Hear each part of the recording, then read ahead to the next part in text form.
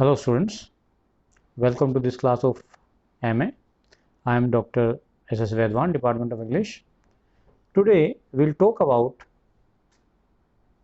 some topics related to morphology and phonetics. So let us start with these topics which are important for a student of English language. As I told you, a student of English language can do wonders if she has the knowledge of basic terminology of elementary phonetics and morphology. Keeping in view the syllabus, I have tried to provide some definitions and tips to the students. I advise them to read, understand, and practice carefully. So the first point which we would like to discuss is the nucleus. Every tone group, dear students, every tone group has a nucleus, that is the syllable on which a pitch movement is initiated. It is also called the tonic syllable. For example, look at the sentence, I am leaving for Mumbai tomorrow morning. The first syllable of the word morning is the nucleus because it is stressed and it conveys that I will leave for Mumbai tomorrow morning. Generally, the last toned syllable in a tone group is the nucleus. Any word in a tone group can be the nucleus depending on the meaning the speaker wishes to convey. Consider the following examples with their meanings given within the brackets. Please look carefully. I am leaving for Mumbai tomorrow morning. That is not today. Here the nucleus is tomorrow. I am leaving for Mumbai tomorrow morning. That is not for any other city but Mumbai. So here the nucleus is Mumbai.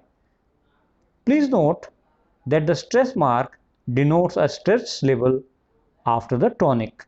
It is called post-tonic stress.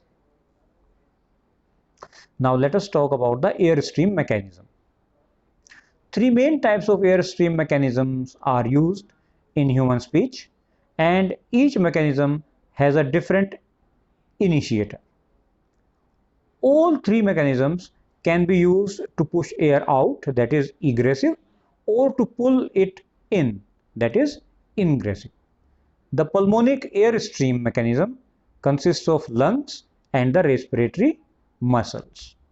The respiratory muscles, dear students, move the walls of the lungs which form the initiator so that air is either drawn into the lungs or pushed out of them. For the sounds of English and most of the Indian languages, it is the pulmonic egressive airstream that is used. So the main point to remember is that for the sounds of English and for most of the Indian languages, it is the pulmonic egressive airstream that is used. The next we have is glottalic.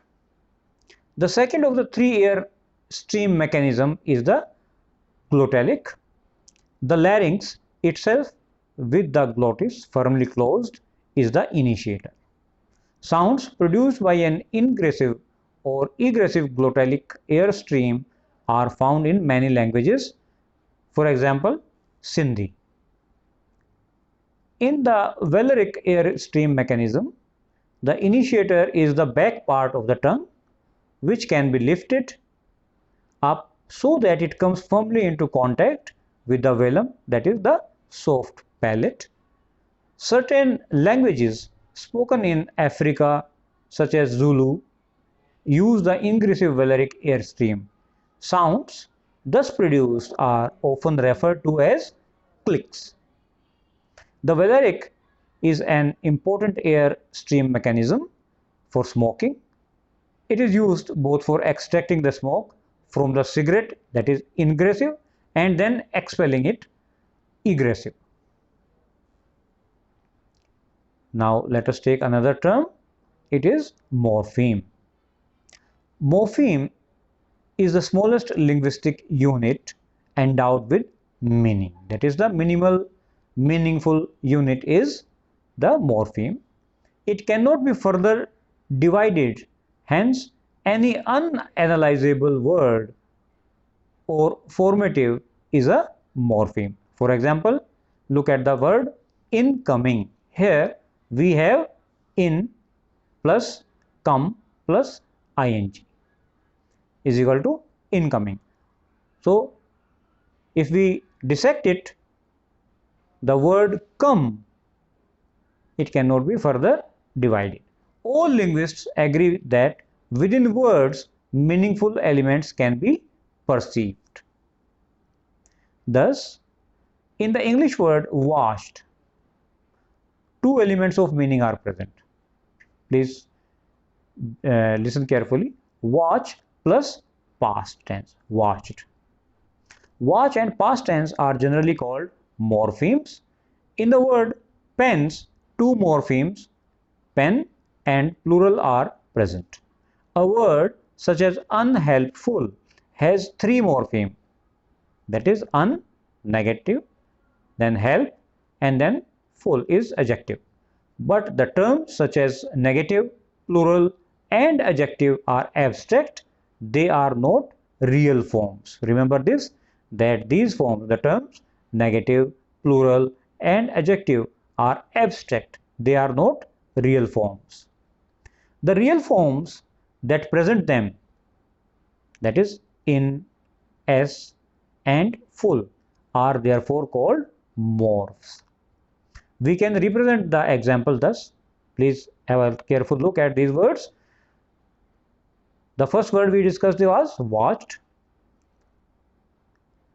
Morph is watch plus ed, that is the past tense, and morphemes are watch plus past. Then we took up the other word pens. Here pen plus s, that is the plural, and morpheme is pen plus plural. The other word we used was unhelpful. So unhelp and full. Here we have negative plus help plus adjective, which is the morpheme. Morphemes and morphs that represent them, however, clearly of different types. In the word repainted, the morph paint can stand alone and is therefore a free morph. Re and ed cannot stand alone and are therefore bound morphs. So we have another term, free morph and bound morphs. In the series, look at this series. In the series locates, locating, located, the suffixes realize morphemes such as present, past, present participle, etc. but do not change the nature of locate as a verb. Morphemes such as present, past, plural, third person, and so on are called inflection morphemes. Let us now take up another term, roots, stem. Morphs which form the core of a word, such as help, as we talked about this word earlier also, in unhelpful, and build in rebuild, are known as roots.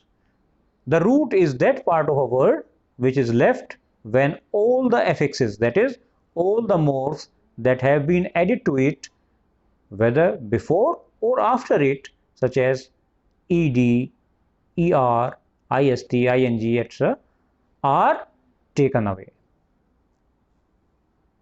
The root is obviously the central to the building of a new word, but not all roots can stand as free words. In the word dentist, dental, dentures, there is certainly a root to which various morphs are added to produce nouns and adjectives, but there is no free morph dent which represents the morpheme of the teeth. So we can say that some roots are bound and some are free. Not all the linguists agree on the definition of the term root, but for most purposes it may be conveniently thought as the core or unanalyzable center of a word. So root is that core which cannot be further analyzed. Now let us talk about stem. The root or main part of a noun, verb, etc., to which inflections are added to the part that appear unchanged throughout the cases and derivatives of a noun, person, of a tense, etc. Now the next term is syllable. Syllable is a unit of a pronunciation uttered without interruption, forming the whole or part of a word, usually having one vowel sounds, often with a consonant or consonants before or after. There are 44 sounds, 20 vowels plus 24 consonantal sounds. Hence, we can say that there are 44 syllables in English. The other term is phoneme. The word phoneme is Greek in origin. In Greek language, phonema means sound or speech. It is any of the units of sound in a specified language that distinguish one word from another. A phoneme is the minimum phonemic unit that is not further analyzable into smaller units. We cannot further analyze it into smaller units. In other words, phoneme is a block that cannot be broken down into smaller parts. It is the smallest element relevant to phonemic analysis. In English language, we have complex phonemes, for example, sh and z, and simple phonemes, sh and, for example, in English, p, b, d, ta, as in pad, bat, bad, bat. Now let us discuss dialect. What is a dialect? Dialect in popular usage is a term which usually refers to a geographical variety of language. That is the Lancashire dialect of English, middle class dialect, etc.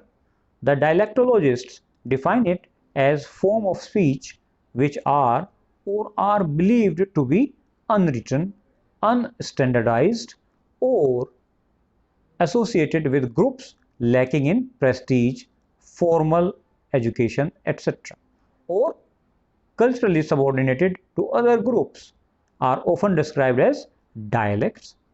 By contrast with standardized, prestigious varieties described as languages, for example, the dialects of southern India, dialects are also often perceived as individually discrete units, collectively comprising the equally discrete languages of which they are dialects.